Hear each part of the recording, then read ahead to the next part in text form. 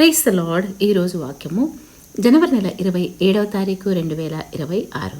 కీర్తనల గ్రంథము 80వ అధ్యాయము 14 మరియు 15 వచనాలు. సైన్యములకు అధిపతివగు దేవా, ఆకాశములో నుండి మరలా చూడుము, ఈ ద్రాక్షవల్లిని దృష్టించుము, నీ కుడి చేయి నాటిన మొక్కను కాయము, నీ కొరకు నీవు ఏర్పరచుకొనిన కొమ్మను కాయము. క్రీస్తునందు ప్రియమైన సహోదర సహోదరులారా, ఈ కీర్తనలో దేవుడు ఐగుప్తు నుండి తెచ్చిన ద్రాక్ష తీగ ఎంత అందంగా ఉండి ఇంకా ఎంత గొప్పగా ఆశీర్వదించబడిందో కీర్తనకర్త వివరించాడు. తర్వాత దాని పతనం గురించి కూడా వివరించాడు. అది నిజం. మన ప్రతి ఒక్కరి జీవితంలో హెచ్చుతగ్గులు ఉంటాయి. బాగా ఉన్నతంగా ఉన్న రోజులు ఉంటాయి, పడిపోయిన రోజులు కూడా ఉంటాయి. కానీ పతనమైన సమయంలో ఫిర్యాదు చేయడానికి బదులుగా మనల్ని మళ్ళీ పునర్నిర్మించమని ప్రభువైన యేసుకు మొరపెట్టుకుందాం. నీ కుడి చేయి నాటిన మొక్కను కాయమని భక్తుడు ఇక్కడ చెప్తున్నాడు. నీ కొరకు నీవు ఏర్పరచుకొనిన కొమ్మను కాయమంటున్నాడు. మనం ఏం చెప్పాలి? ప్రభు, మీ రక్తంతో మమ్మల్ని కొనుక్కున్నారు కదా, అందును బట్టి మమ్మల్ని కాయము అని మనం ప్రార్థించాలి.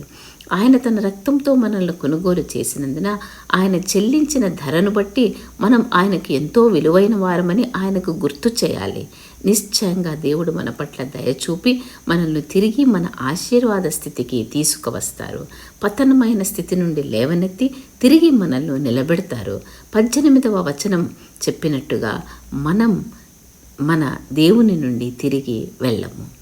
మనం పోగొట్టుకున్నదంతా కూడా ఆయన తిరిగి మనకిచ్చి మళ్ళీ మనల్ని నిలబెడతారు. ఎందుకంటే ఆయన నాటిన మొక్కలు మనం ఆయన రక్తం చిందించి కొనుక్కున్న ప్రశస్తమైన ఆస్తి. మనం ప్రార్థిద్దామా? ప్రేమిన తండ్రి, మరొకసారి ప్రార్థిస్తున్నాం ప్రభువా. తండ్రి, మేము పతనమైన స్థితిలో ఉన్నప్పుడు మమ్మల్ని తిరిగి లేవనెత్తండి నాయన. పతనమైన స్థితిలో అలాగే మమ్మల్ని విడవద్దు నాయన. మీరు నాటిన కొమ్మలు మేము, మీ రక్తం చిందించి మమ్మల్ని కొనుక్కున్నారు, మీ ఆస్తి మేము కనుక తండ్రి, మీరు తిరిగి మమ్మల్ని నిలవబెట్టండి. మేము పోగొట్టుకున్నదంతా తిరిగి మాకు అనుగ్రహించండి.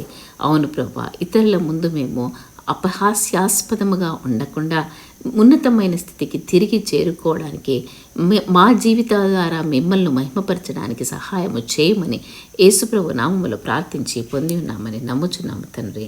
Amen, amen, amen.